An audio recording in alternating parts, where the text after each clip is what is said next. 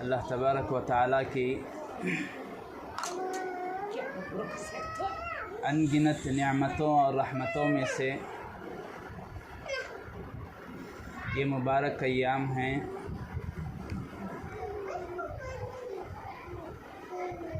इसीलिए उलमा फरमाते हैं इन मुबारक अय्याम और इस मुक़द्दस महीने की रातों और हर घड़ी बिलखुसूस रातों में अल्लाह तबारक व तआला की रहमत मुतवज्जा होती है।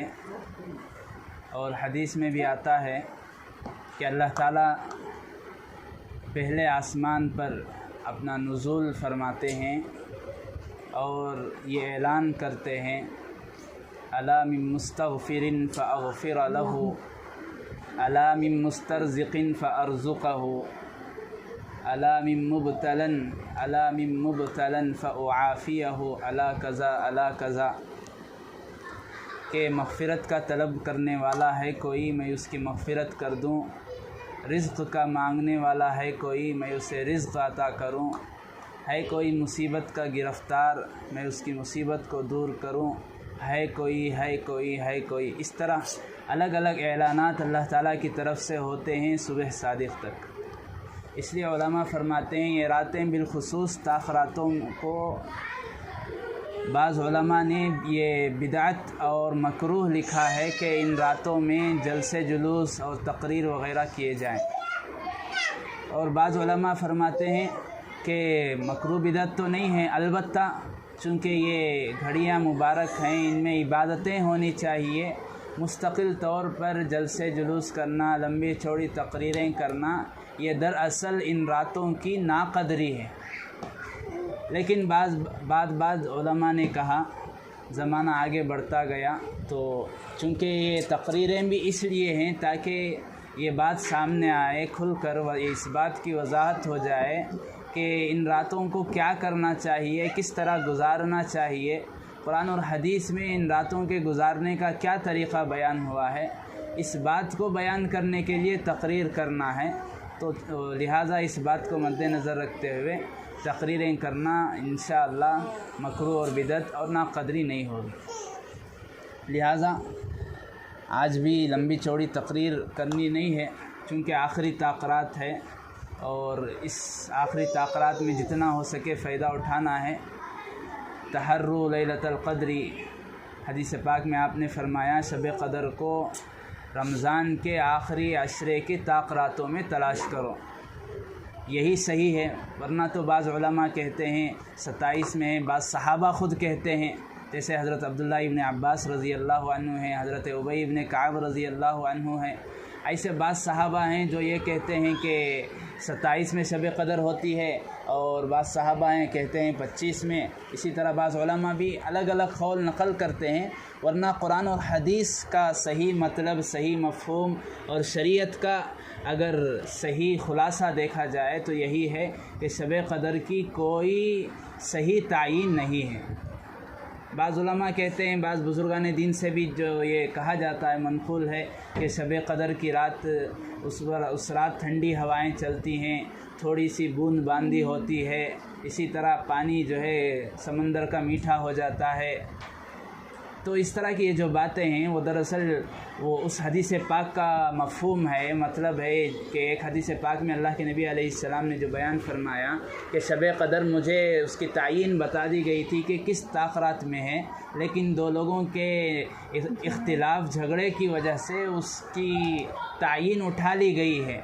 फिर आपने फरमाया कि अलबत्ता मुझे इतना बताया गया है कि शब क़दर की रात वो होगी जिस रात आप सजदा करेंगे और सजदे के आपका सजदा, आपकी पेशानी, आपका माथा, आपकी पेशानी मुबारक ये पानी और कीचड़ में सजदा करेंगी।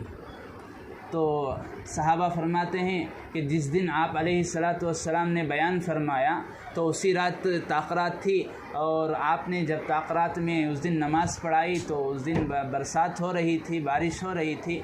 आप जब सलाम फेरे तो देखा कि बारिश है, पानी है, और बारिश की वजह से चूँकि मस्जिद नबवी की छत कोई मुस्तकिल छत नहीं थी, खजूर के पत्ते वग़ैरह होते थे, इस वजह से मस्जिद की फ़र्श में कीचड़ हो गया था। तब आपने सलाम फेरा तो आपकी पेशानी पर पानी के आसार भी थे और हुज़ूर अलैहिस्सलाम की पेशानी पर कीचड़ भी लगा हुआ था। और वो रात बाज़ सहाबा कहते हैं 27 की थी, बाज़ कहते हैं 25 की थी। लिहाजा सही ये है कि शब क़दर की कोई तायीन नहीं है, किसी भी रात हो सकती है। लिहाजा इस रात को आखिरी रात बची हुई है हमारे सामने, तो इससे सही फ़ायदा उठाना है। क़िस्सा मुख्तसर इस वक्त सिर्फ़ 2 बातें अर्ज़ करनी है आज के और ख़त्म कुरान के मौके के ताल्लुक़ से। पहली बात तो ये है, चूँकि ये महीना बड़ा मुक़द्दस है, मुबारक है, मोहतरम है। ख़ुद हदीस पाक में आप अलैहिस्सलाम ने इस महीने को ये फ़रमाया कि शहरुल्लाह है, अल्लाह का महीना है। एक हदीस पाक में फ़रमाया शहरुन अज़ीमुन शहरुन मुबारकुन, ये बहुत बड़ा महीना है, मुबारक महीना है।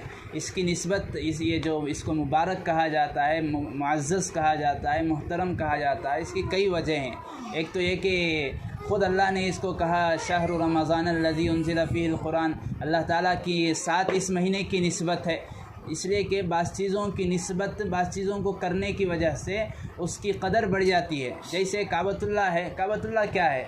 ये तो इसी तरह पत्थरों का ढांचा है, कोई उसमें सोना लगा हुआ नहीं है। बाद जो है उस पर कपड़ा गिलाफ डाला गया, उसमें सोने की पानी से, आबे ज़र से वो नक्शो निगार किया गया, उसको हटा डाले तब भी काबा जो है वो क्या है, मोहतरम है, मुक़द्दस है। वजह क्या है? इसलिए कि उसकी निस्बत अल्लाह के साथ हो गई। काबतुल्लाह कहा जाता है, अल्लाह का घर, बैतुल्लाह अल्लाह का घर। अगर ये काबतुल्लाह के ऊपर से गिलाफ हटा डाले तो कुछ इसमें फ़र्क नहीं है। जिस तरह हमारे घर, जिस तरह हमारी दीवारें होती हैं, इसी तरह उसकी भी दीवारें हैं। इसको मुबारक वो किस वजह से हो गया, मोहतरम किस वजह से हो गया? उसकी निस्बत अल्लाह के साथ हो गई। इसी तरह किताबुल्लाह कहा जाता है, कुरान को कलामुल्लाह कहा जाता है। ये भी इसी वजह से सारे कलाम में, सारी किताबों में, अल्लाह ताला के सारे पैगामात में इसका दर्जा इस वजह से बढ़ा हुआ है कि इसकी निस्बत अल्लाह के साथ हो गई। सारी किताबों को किताबुल्लाह कहते हैं और कुरान को कलामुल्लाह कहते हैं, इस वजह से इसकी निस्बत बढ़ गई। लिहाजा एक वजह तो ये है कि इसकी निस्बत अल्लाह के साथ हो गई, इस वजह से इस महीने की निस्बत है। और इसी तरह दूसरी वजह जो इस महीने को मुबारक कहा गया, इसमें अल्लाह ताला ने कुरान को नाजिल किया है, इसकी निस्बत कुरान से है। इसीलिए हदीस पाक में आता है अल्लाह के नबी अलैहिस्सलातु वस्सलाम हर रमज़ान में हज़रत जिब्राईल अलैहिस्सलातु वस्सलाम के साथ कलाम पाक का दौर किया करते थे।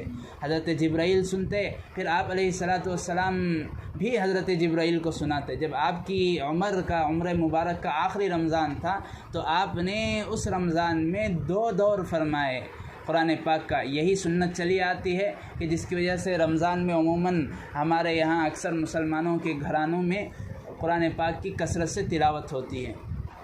लिहाजा इस महीने में अल्लाह तबारक व तआला ने कुरान पाक को एक ख़ास फ़जीलत दी है, अहमियत दी है। इसी वजह से सुन्नत और अल्लाह ताला के हुक्म की इताअत में कलाम पाक को इनफरादी भी अलग भी पढ़ते हैं, फिर तरावी में भी पढ़ा जाता है, तो इसकी एक अलग शान है।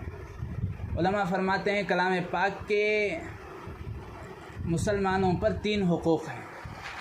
जिस तरह बाप के बेटों पर हुकूक़ होते हैं, जिस तरह औरत पर शौहर के हुकूक़ होते हैं, जिस तरह माँ पर औलाद के हुकूक़ होते हैं, जिस तरह एक मुसलमान होने के नाते अल्लाह ताला की इबादत के हुकूक़ हैं, रसूलुल्लाह की इज़्ज़त और उनका एहतराम, उनकी इत्तिबा के हुकूक़ मुसलमानों पर हैं, इसी तरह कुरान पाक के भी मुसलमानों पर हुकूक़ हैं। और वो खुलासे के तौर पर, बुनियादी तौर पर 3 हुकूक़ हैं, 3 हुकूक़ बताए गए हैं।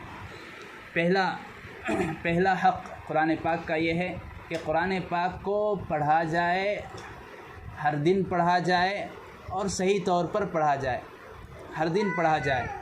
कुरान पाक की जो 7 मंजिलें हैं, 7 मंजिल जिसे कहा जाता है, हिज़्ब जिन्हें कहा जाता है अरबी में, 7 हिज़्ब, ये 7 मंजिलें अल्लाह के नबी अलैहिस्सलाम के वक्त तो नहीं थी, बाद सहाबा ताबईन के ज़माने में इसको जो है वजूद में लाया गया है, हज्जाज इब्न यूसुफ़ के ज़माने के बाद से। वजह ये कि ताकि उस वक्त के लोगों ने, बुज़ुर्गों ने, अकाबिरीन ने ये सहूलत देखी कि कुरान पाक को रोज़ाना जितना कसरत से हो सके पढ़ा जाए, अब इसको तक़सीम कर दिया जाए, रोज़ाना कितना पढ़ें। इसलिए उन्होंने ये तक़सीम कर दिया, हफ़्ते में 7 दिन होते हैं, रोज़ाना एक मंजिल पढ़ ली जाए तो हफ़्ते में कुरान मुकम्मल हो जाएगा और 7 और महीने के 4 कुरान हो जाएंगे। इसलिए मंजिल को मुतय्यन कर लिया। बाद जो है पारों पर तब तक़सीम हो गया, रुकू लग गए, ज़बर ज़ेर पेश लग गया, हर्फ, फिर सूरों की तक़सीम हो गई, पारों की तक़सीम हो गई, मुस्तक़िल तौर पर एक तरतीब दी गई कुरान पाक को। उसके बाद जो है पारों पर तरतीब आ गई, रोज़ाना एक पारा पढ़ा जाए, रोज़ाना एक पारा सुना जाए, इस तरह महीने में कम अज़ कम एक कुरान हो जाए। ज़माना आगे बढ़ता गया, तरतीब ख़त्म हो गई। उलमा लिखते हैं कि एक वक्त ऐसा था, एक ज़माना ऐसा था कि अगर फ़जर के बाद किसी मुसलमान बस्ती से कोई शख्स गुज़रता तो उसे हर घर से, बच्चे से कुरान पाक की तिलावत की आवाज़ आती थी। अब ज़माना ऐसा आ गया, फ़जर की नमाज़ पढ़ना मुश्किल है तो तिलावत की आवाज़ कहाँ से आएगी। लिहाजा तो कुरान पाक का पहला हक़ तो ये है कि कुरान पाक को रोज़ाना जितना हो सके पढ़े। इसीलिए उलमा ने अंदाज़ा उसकी एक मियाद मुकर्रर कर दी, उसका एक अंदाज़ा, हाफिज़ कुरान है तो कम अज़ कम अगर वो देख कर पढ़ रहा है तो 3 पारे पढ़े, अगर बिना देखे पढ़ता है तो कम अज़ कम 1 पारा पढ़े। और इसी तरह दीगर लोग हैं जो हाफिज़ कुरान के अलावा हैं, एक मुसलमान है, वो भी ये कम अज़ कम अज़्म करे, इरादा करे, कोशिश करे कि एक पारा रोज़ाना वो पढ़ेगा। इसलिए कि कुरान पाक का तो यही पैगाम है। कुरान पाक को ख़त्म करना मकसूद नहीं है, तरावी में ख़त्म करके बंद करना मकसूद नहीं है। यही वजह है अकाबिर उलमा, बल्कि हदीस पाक में भी है, हदीस पाक में अल्लाह के नबी ने फरमाया हालन मुर्तहिलन, हदीस पाक में आता है कि अल्लाह के नबी ने फरमाया कुरान पाक को इस तरह पढ़ो जिस तरह एक मुसाफिर है, मुसाफिर सफ़र में चढ़ता है, सफ़र ख़त्म होते ही फिर फ़ौरन वहीं से उसका दूसरा सफ़र शुरू हो जाता है। एक सफ़र से उतरा नहीं, मंजिल में आकर रुका नहीं, फिर फ़ौरन वहीं से दूसरी तरतीब सफ़र की बन गई। कुरान को इस तरह पढ़ो कि कुरान के पाक का एक दौर हुआ नहीं, दूसरा दौर शुरू करो। और इसकी तरतीब ये है, अल्लाह के नबी ने फरमाया जिस मजलिस में कुरान पाक मुकम्मल हो उसी मजलिस में दोबारा कुरान को शुरू कर दो। इससे ये बताना मकसूद है कि कुरान पाक को तरावीह में ख़त्म कर दिया, अल्हम्दुलिल्लाह, शुक्रिया अदा कर लिया अल्लाह ताला का, रमज़ान का शुक्रिया हो गया, फिर हमने बंद कर रख दिया कुरान को, फिर रमज़ान आया, फिर कुरान खुला, फिर रमज़ान आया, तरावीह आई, कुरान खुला। उससे पहले जो है रमज़ान को ताक़ों में रख दिया, ऊपर इतना एहतराम में रख दिया। इसीलिए उलमा अकाबिर फरमाते हैं हमारे यहाँ हिंदुस्तान में कुरान पाक का अल्हम्दुलिल्लाह, बल्कि इस पर शुक्र के बजाय अफसोस होता है, इतना अदब किया जाता है कि इतना अदब किया जाता है, भाई कुरान का इतना अदब करो, इतना अदब करो कि उसको इतना ऊपर रखो कि ज़िंदगी भर उसके पास हाथ तक ना पहुँचे। अगर हाथ जा रहा है कुरान पाक को उठाने का, पढ़ने का मौका आ रहा है तो सिर्फ रमज़ान में उठाएं, फिर उठाकर ऊपर रख दिए। ये अदब नहीं है कुरान पाक का। अदब तो ये है कुरान पाक का जो उसके हुकूक़ है, उन हुकूक़ को अदा किया जाए। अगर आदमी रोज़ाना कम अज़ कम पौ पारा भी नहीं पढ़ता है, उलमा फरमाते हैं कम अज़ कम 1 रुकू तक भी नहीं पढ़ता है कुरान पाक की रोज़ाना, तो ये गोया कि कुरान की हक़ तलफ़ी हो रही है। जिस तरह बाप के हुकूक़ बेटा अदा नहीं किया तो बाप की हक़ तलफ़ी है, माँ की हक़ तलफ़ी होती है, शोहर की हक़ तलफ़ी होती है। कुरान पाक का रोज़ाना 1 रुकू भी ना पढ़ना ये कुरान की हक़ तलफ़ी है। और इस पर इतनी सख्त वईद है कि अल्लाह के नबी अलैहिस्सलातु वस्सलाम की वो ज़ात, वो हस्ती जिनको हम जो है शाफ़िउल मुज़निबीन कहते हैं, यानी गुनहगारों की शिफात करने वाले क़यामत में, शाफ़ी महशर जिन्हें कहा जाता है, अल्लाह के नबी को वो मकाम मिला है कि आप वो क़यामत के दिन गुनहगारों की सिफारिश करेंगे, शिफात करेंगे ऐसे वक्त में जबकि कोई नबी सिफारिश करने के लिए तैयार नहीं होगा। एक लंबी चौड़ी हदीस है, उसमें अल्लाह के नबी अलैहिस्सलाम ने इरशाद फरमाया, क़यामत के दिन जब हिसाब व किताब शुरू होगा उससे पहले का मरहला ऐसा आएगा, सारी दुनिया इंसानियत हज़रत आदम से लेकर क़यामत तक आने वाला आखिरी बच्चा या बच्ची सारे मिलकर हज़रत आदम के पास जाएंगे, अर्ज़ करेंगे, ए आदम आप हमारे अब्बू हैं, सबसे पहले इंसान हैं, सबसे पहले नबी हैं, आपका मकाम अल्लाह के यहाँ ज़्यादा है, अल्लाह से आप जाकर सिफारिश कीजिए कि जल्द अज जल्द हिसाब व किताब शुरू हो। इसलिए कि सूरज सवानेज़े पर आ गया है, हमें इतनी परेशानी है, हर एक जो है अपने हिसाब व किताब से डर रहा है, हर एक को अपने गुनाह याद आ रहे हैं। हज़रत आदम कहेंगे कि मैं नहीं सिफारिश कर सकता, मुझे वो दिन याद आ रहा है जब मैंने हवा के कहने की वजह से जन्नत में फल खा लिया था। तुम जो है नूह के पास जाओ, नूह को जो है आदम सानी कहा जाता है, दूसरे आदम अबुल बशर उनको भी कहा जाता है, इंसानों के बाप। फिर सारी इंसानियत, सारे इंसान मिलकर हज़रत नूह के पास आएंगे, वो कहेंगे मुझे भी डर लगता है उस वाक़ये से, उस दिन से मैंने अल्लाह ताला से दुआ की थी, अल्लाह मेरे बेटे को बचा ले।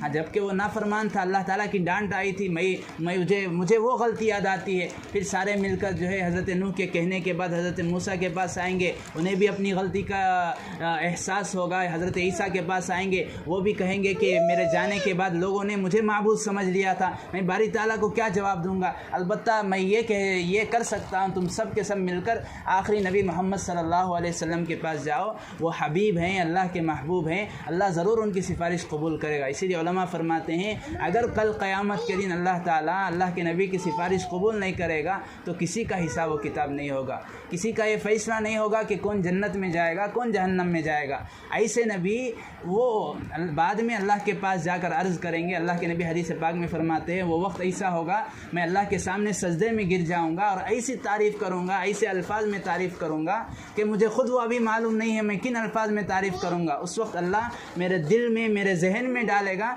मैं अल्लाह की ऐसी तारीफ़ करूंगा। उस वक्त अल्लाह का गुस्सा ठंडा होगा। अल्लाह ताला फरमाएंगे या मोहम्मद इरफा रासक, ऐ मोहम्मद, ऐ मेरे हबीब, अपना सर उठाओ, सजदे से उठो, सल तो तक आप सवाल कीजिए, मैं खुद अता करूँगा, वशफ़ा तुशफ़ा, आप जिसके ऊपर भी उंगली उठाएंगे उसकी सिफारिश में कबूल कर लूँगा। फिर अल्लाह के नबी अलैहिस्सलाम एक एक करके सिफारिश कबूल करेंगे। ऐसी हस्ती जिन्हें रहमतुल लिल आलमीन कहा जाता है, आप सरासर रहमत हैं, ऐसी हस्ती कल क़यामत के दिन सिफारिश करेंगे, शिकायत करेंगे। सिफारिश करने वाली ज़ात शिकायत करेगी, वक़ाल रसूल या रब्बी इन्ना कौमी इत्तख़ज़ू हाज़ल कुरान महजूरा। अल्लाह के नबी अर्ज़ करेंगे, ऐ मेरे रब, ये मेरी कौम ने, मेरी उम्मत ने कुरान पाक को अपने पसे पुष्ट डाल दिया था, कुरान पाक को छोड़ दिया था। या तो कुरान नहीं पढ़ते थे सरासर, कुरान पढ़ते थे तो समझने की कोशिश नहीं थी कुरान क्या कह रहा है। अगर कुरान समझ रहे हैं, कुरान में क्या हिदायत हैं, क्या अल्लाह का पैगाम है, समझ रहे हैं, तो उसे अपनी ज़िंदगी में लागू करने का, ज़िंदगी में नाफिज़ करने का थोड़ा बहुत भी ख़याल नहीं था, कोशिश नहीं थी।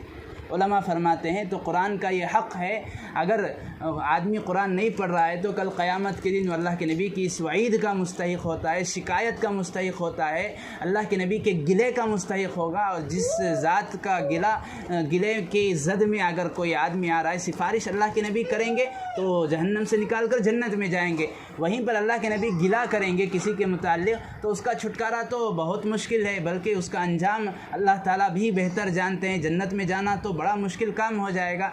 इसलिए कुरान पाक ऐसी चीज़ नहीं है कि उसको कुरान में हमने रमज़ान में हमने पढ़ लिया, ख़त्म कर लिया और उसको बंद करके रख दिया, फिर साल भर जो है महीने में एक कुरान, महीने में एक पारा, महीने में 10 पारे पढ़ना मुश्किल हो गया। ये बिल्कुल गलत है। इसलिए कुरान पाक के ख़त्म के मौके पर कम अज़ कम ये आज़म हमारे दिलों में होना चाहिए, ये यकीन हमारे दिलों में हो, ये इरादा हो, रोज़ाना एक पारा कम अज़ कम। उलमा फरमाते हैं एक तरतीब मुतय्यन कर लो, एक पारा मैं पढ़ूँगा, नहीं हो रहा है किसी दिन वो तरतीब नागा होने की चांसेस हैं, ख़तरे हैं, अंदेशे हैं, कम अज़ कम उस तसलसल को, उस इस्तकामत को बाकी रखने के लिए एक पारा पढ़ने के बजाय एक रुकू तो पढ़ लो, फिर कभी ना कभी उसकी क़ज़ा कर लो। बिल्कुल क़ज़ा हो गया, बिल्कुल नागा हो गया, वहाँ से शैतान जो है हीले डालेगा, वहाँ से बहाने बनाएगा, तरतीब छूट जाएगी। तो पहली तरतीब ये है कि कुरान को रोज़ाना मुकम्मल पढ़ना है, रोज़ाना पढ़ने की तरतीब बनाना है और तजवीद के साथ पढ़ना है। हदीस पाक में अल्लाह के नबी ने फरमाया, रुब्ब क़ारिइन लिल क़ुरआन वल क़ुरआन यलअनु, बाज़ कुरान पढ़ने वाले ऐसे होते हैं कि वो कुरान पढ़ रहा है और कुरान उस पर लानत कर रहा होता है।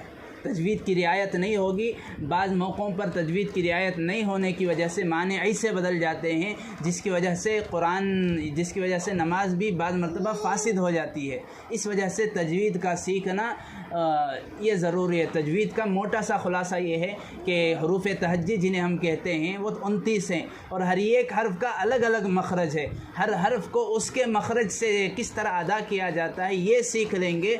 तजवीद 90% हमें आ गई। 90% तजवीद हरूफ तहज्जी के मखारिज सीखने से आ जाती है। इसीलिए उलमा फरमाते हैं अगर मुकम्मल तजवीद नहीं सीख सकते, कम अज़ कम इन हरूफ तहज्जी के मखारिज सा, ज़ाल, दाद ये मिलते जुलते हरूफ हैं। बाज़ सा की जगह ज़ा पढ़ दिया, सीन की जगह सा पढ़ दिया, माना बदल जाता है। और बाज़ मरतबा माने कि इतना बदल जाता है, नमाज़ पढ़ रहा है, नमाज टूट जाती है, कुरान पढ़ रहा है तो गुनाह होता है। लिहाजा पहला हक़ कुरान को पढ़ना है और दूसरा हक़ कुरान का ये है कि कुरान को समझना है।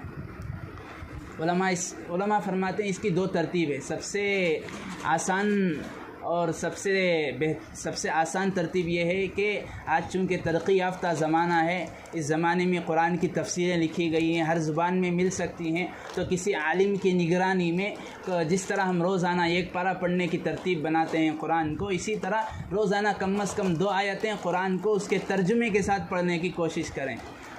किसी आलिम की निगरानी में, किसी आलिम के मशवरे से। ऐसा नहीं कि दिल चाहा किसी कुरान को उठाकर पढ़ लिया तो जो है उसका समझने में गलत होगा, यानी तो जो पढ़ रहा है वो गलत होगा। इसलिए कि ये फितनों का ज़माना है। ऐसे लोगों ने भी कुरान की तफसीर लिखी है जिन्होंने कभी कुरान को ना सीखा है, ना किसी के पास पढ़ा है, ना किसी उस्ताद के सामने ज़ानुए तलम्मुस तय किया है, किसी उस्ताद से शागिर्दियत भी नहीं है, किसी उस्ताद से उन्होंने कुछ हासिल नहीं किया, प्रोफेसर हैं लेकिन कुरान की तफसीर उन्होंने लिखी है। तो उसमें तो सरासर गुमराही होगी, जिहालत होगी जब उसने सीखा नहीं। अल्लाह के नबी को भी हज़रत जिब्राइल आकर सिखाते थे, तो क्या ये नाउज़ बिल्लाह आज के प्रोफेसर अल्लाह के नबी से आगे बढ़ गए? किसी उस्ताद की ज़रूरत नहीं है। तो लिहाजा किसी मुअतबर आलिम की निगरानी में ये पढ़ना ये आसान तरतीब है।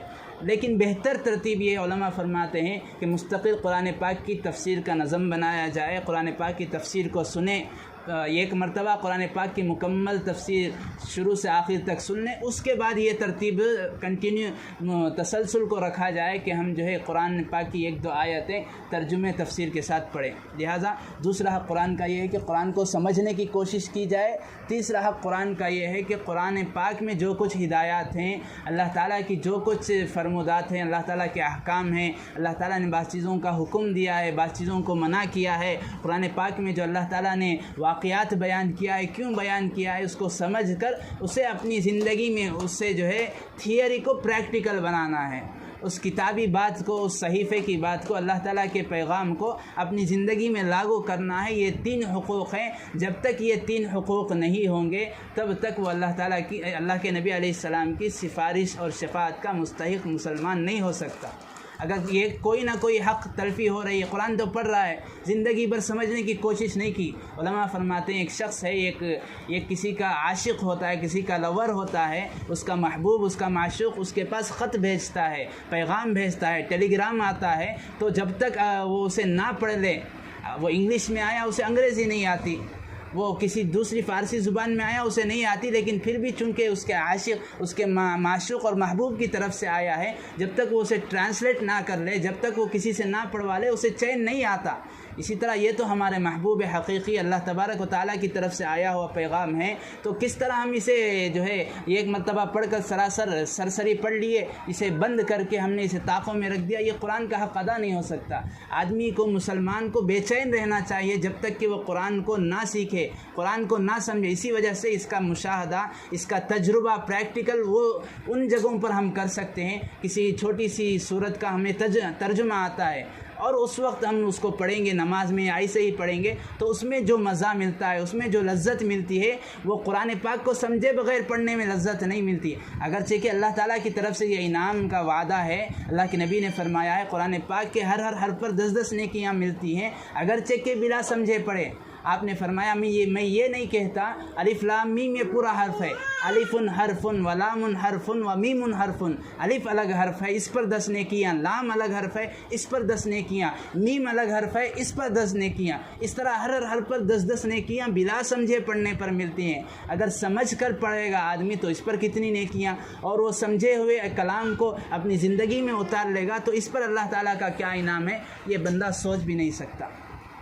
तो पहली बात तो ये है कि रमज़ान का महीना, इसका ताल्लुक़ कुरान पाक से बहुत ख़ुसूसी ताल्लुक़ है, बहुत निस्बत है इसकी।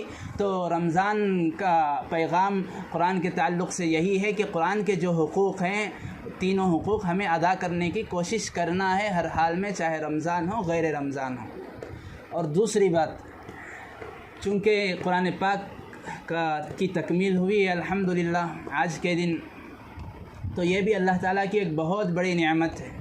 कुरान पाक को मुकम्मल पढ़ना ये बहुत बड़ी नेमत है। इस नेमत का अंदाज़ा उस जगह कर सकते हैं जहाँ ये नेमत नहीं है। आँख का अंदाज़ा, आँख कितनी बड़ी नेमत नाबीने को मालूम है, हाथ पैर कितनी बड़ी नेमत लंगड़े लूले अपाहिज को मालूम है, जहन कितनी बड़ी नेमत एक पागल दीवाने को मालूम है। इस तरह कुरान पाक को पढ़ना और मुकम्मल ख़त्म करना तरावीह में, ऐसी इबादत में जिसमें अल्लाह तबारक व तआला अपने बंदे को एक मकाम अता फरमाते हैं। तरावीह ये छोटी मोटी इबादत नहीं, बहुत बड़ी इबादत है। हज़रत मौलाना अब्दुल हई साहब लखनवी रहमतुल्लाहि अलैह, बहुत बड़े अल्लाह वाले आलिम भी हैं, बुज़ुर्ग भी हैं, फरमाते हैं जब बंदा तरावीह पढ़ता है 20 रकात तो उसे अल्लाह तबारक व तआला 40 मकामात क़ुर्ब अता फरमाते हैं। अल्लाह ताला से 40 स्टेप उन्हें आगे बढ़कर अल्लाह से करीब होता है। वजह क्या है? हदीस पाक में आता है, अल्लाह के नबी ने फरमाया अक़रबुल अब्दी, हदीस पाक के अल्फाज हैं कि अल्लाह के नबी फरमाते हैं बंदा सजदे में जितना अल्लाह से करीब होता है उतना किसी और इबादत से करीब नहीं होता है।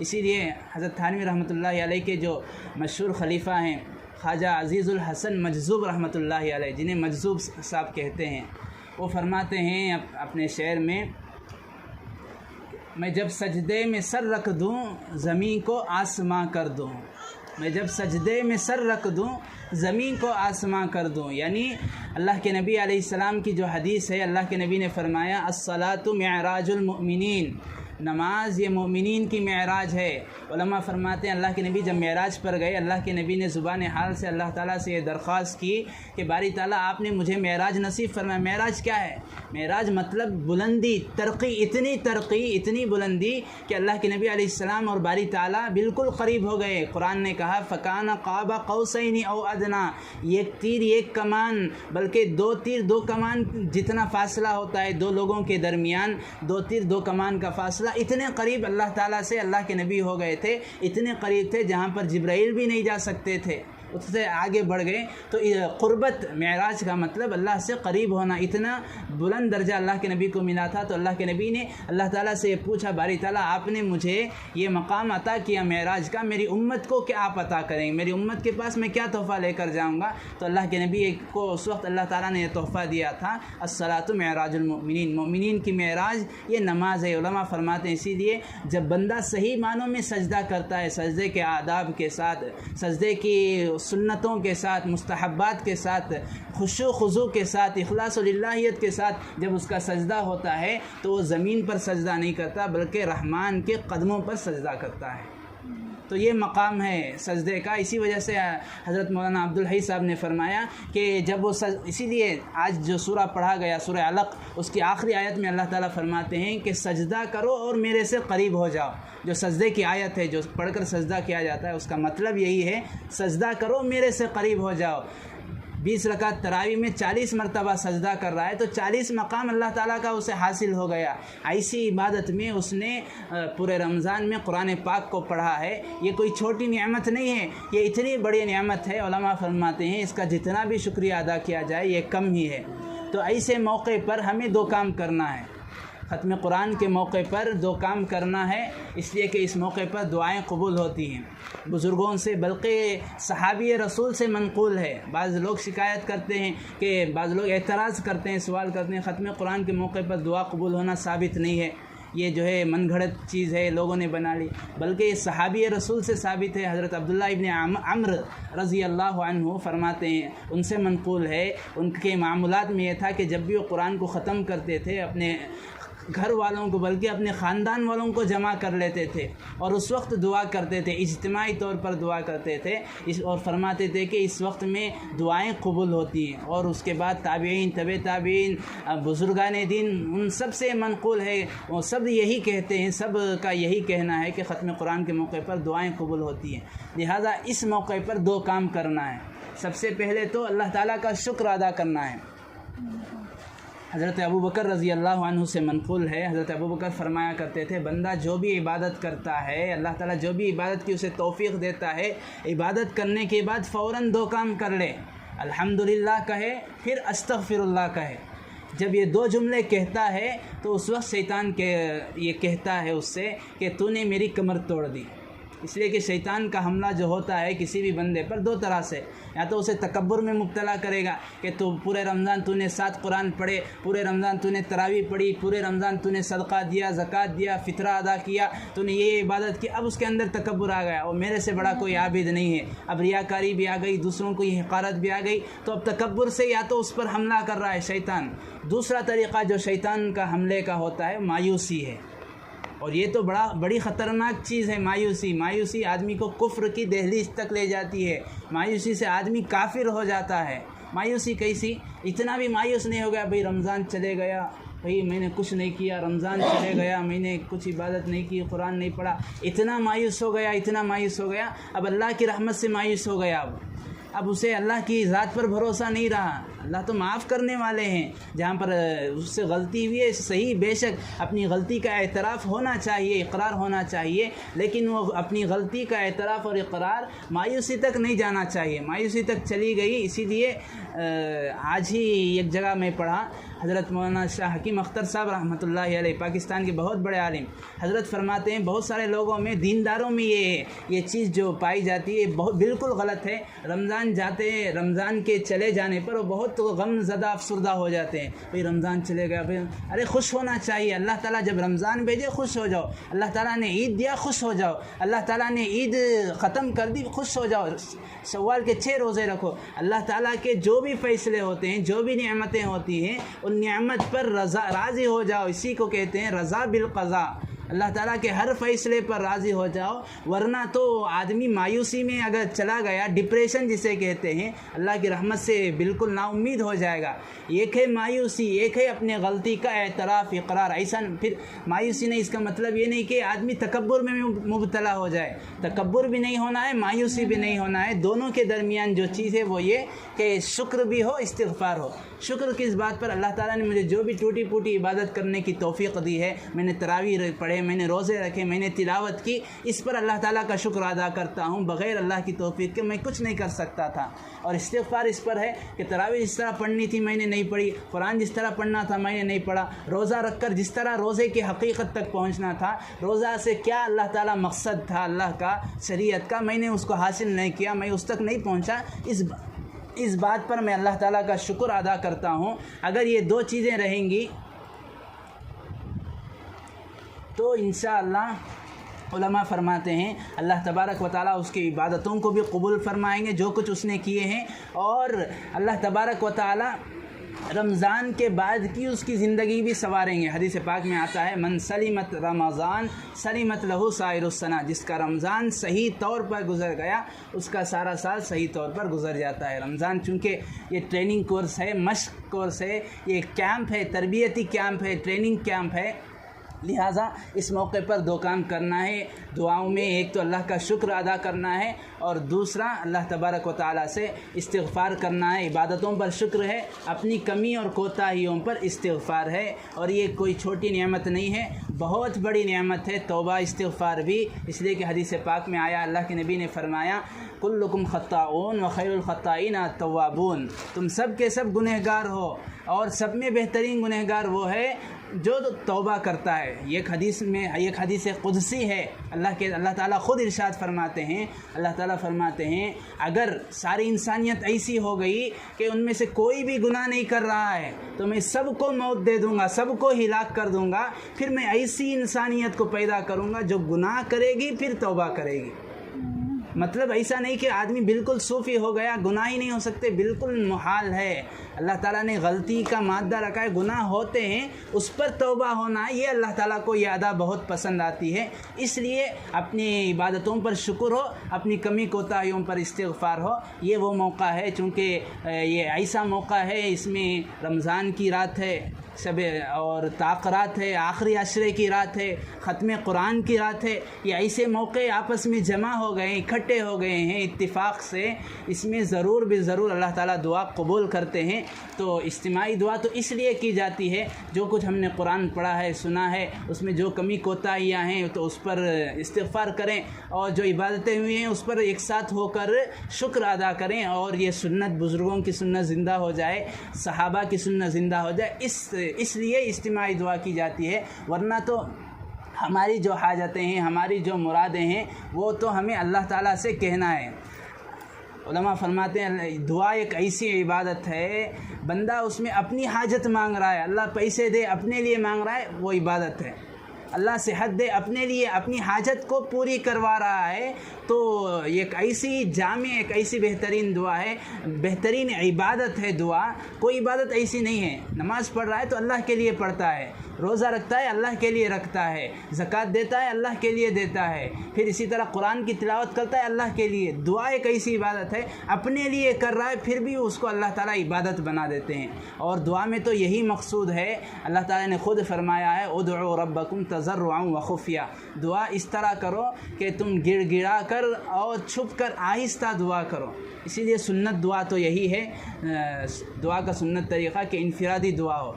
इसलिए कि आदमी इज्तिमाई दुआ हो रही है तो एक दुआ करने वाला तो दुआ कर देगा, लेकिन आमीन कहने वाले, उनके दिलों में क्या हाजत है, उनके दिलों में क्या ज़रूरत है, उनके दिलों में क्या परेशानियां हैं उनकी, वो तो वो ख़ुद जानते हैं, अल्लाह जानता है। इसलिए दुआ आज बंदा ख़ुद करता है तो वो अल्लाह तबारक व तआला को ज़्यादा पसंद है। अब इसके लिए ज़रूरी नहीं कि अरबी अल्फाज में दुआ की जाए, बल्कि सिर्फ दो चीज़ों की रियायत रख ली जाए, दो चीज़ों का ख्याल रखा जाए दुआ में। सबसे पहले तो जितना हो सके दुआ में, दुआ शुरू होते ही अल्लाह ताला की तारीफ़ हो, अल्लाह ताला की हम्द हो, अल्लाह ताला की सना हो, उसके बाद दरूद शरीफ हो, फिर उसके बाद जो अपनी हाजत है, जो ज़रूरत है, वो दुआ वो अल्लाह के सामने रखे तो अल्लाह तबारक व तआला उसको कबूल करते हैं।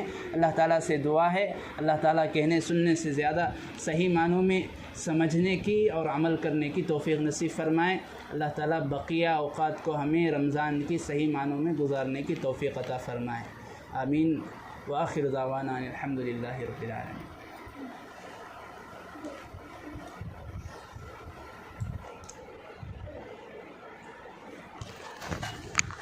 अफसोस करना रमज़ान का।